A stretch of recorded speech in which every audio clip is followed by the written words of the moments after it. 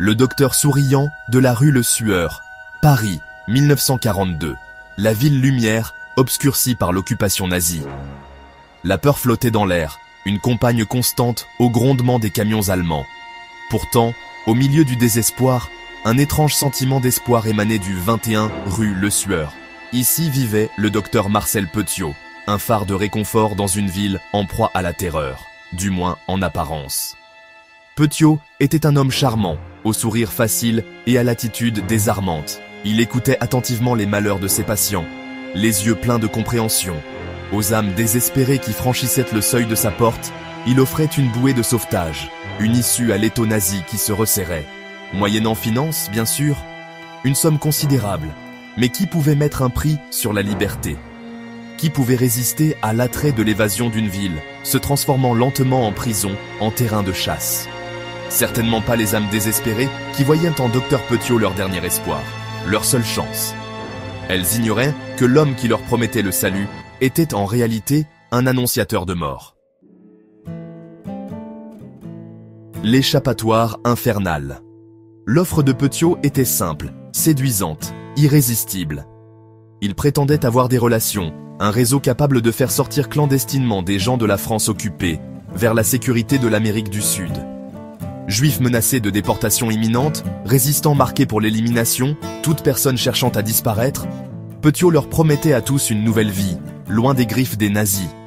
Le prix était élevé, or, bijoux, tout objet de valeur. Petiot insistait sur le fait que c'était nécessaire pour soudoyer des fonctionnaires, assurer le passage, garantir leur sécurité. À situation désespérée, mesures désespérées. Des familles vidèrent leurs coffres, abandonnant leurs biens les plus précieux, s'accrochant aux promesses de Petiot comme un naufragé à une corde. Il fournissait des instructions méticuleuses, voyager léger, être prêt à partir à tout moment, ne rien dire à personne. Le secret, expliquait-il, était primordial pour leur sécurité. La confiance était implicite, incontestée. Après tout, il s'agissait d'une question de vie ou de mort. Ils étaient d'aloin de se douter que la mort les attendait, non pas au bout d'un périlleux voyage, mais entre les murs mêmes du 21, rue Le Sueur. La maison des horreurs. Derrière la façade banale de la maison de ville, une réalité macabre se déroulait. La voie d'évasion de Petiot était une cruelle mascarade, un aller simple pour l'oubli. Il accueillait ses victimes dans une petite pièce isolée, une parodie macabre d'un cabinet médical. Ici, sous prétexte d'administrer des vaccins nécessaires à leur voyage, Petiot leur injectait une dose mortelle de cyanure. La mort, rapide et silencieuse, les emportait. Leur évasion, une illusion cruelle. Leur corps, dépouillé de tout objet de valeur restant, était éliminé avec une efficacité glaçante. Certains étaient dissous dans de la chaux vive au sous-sol, une horrible concoction alchimique effaçant leur existence. D'autres connaissaient une faim ardente dans la fournaise, leurs cris avalés par le rugissement des flammes. L'odeur de la mort imprégnait la maison, un témoignage des horreurs qui s'y déroulaient. Pendant des mois, Petiot a opéré en toute impunité, ses crimes cachés sous un vernis de normalité. Mais le nombre de disparitions, les murmures des disparus, ne pouvaient être réduits au silence indéfiniment. L'odeur du soupçon se fit de plus en plus forte, atteignant finalement les narines des autorités. En 1944, un panache de fumée âcre s'échappant de la cheminée du 21, rue Le Sueur, trahit enfin le sinistre secret de Petiot. La police, alertée par un signalement d'incendie, est tombée sur une scène d'horreur inimaginable. Des restes humains, des os calcinés, les vestiges de vie brutalement éteintes jonchèrent le sous-sol.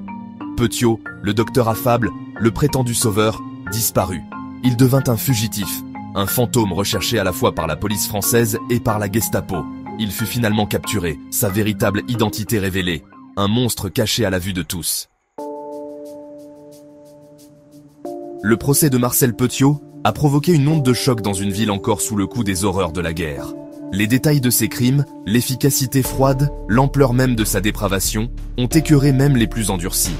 Il a été reconnu coupable des meurtres de 27 personnes, bien que le nombre réel de ses victimes reste inconnu. Petiot a été exécuté en 1946, faisant face à la guillotine avec le même calme effrayant qu'il affichait en conduisant ses victimes à la mort. Mais l'ombre de ses crimes persista.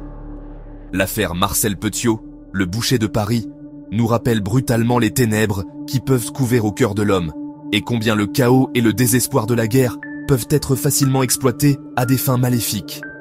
C'est un témoignage de la fragilité de l'humanité et du pouvoir persistant de l'espoir, même face à l'horreur inimaginable.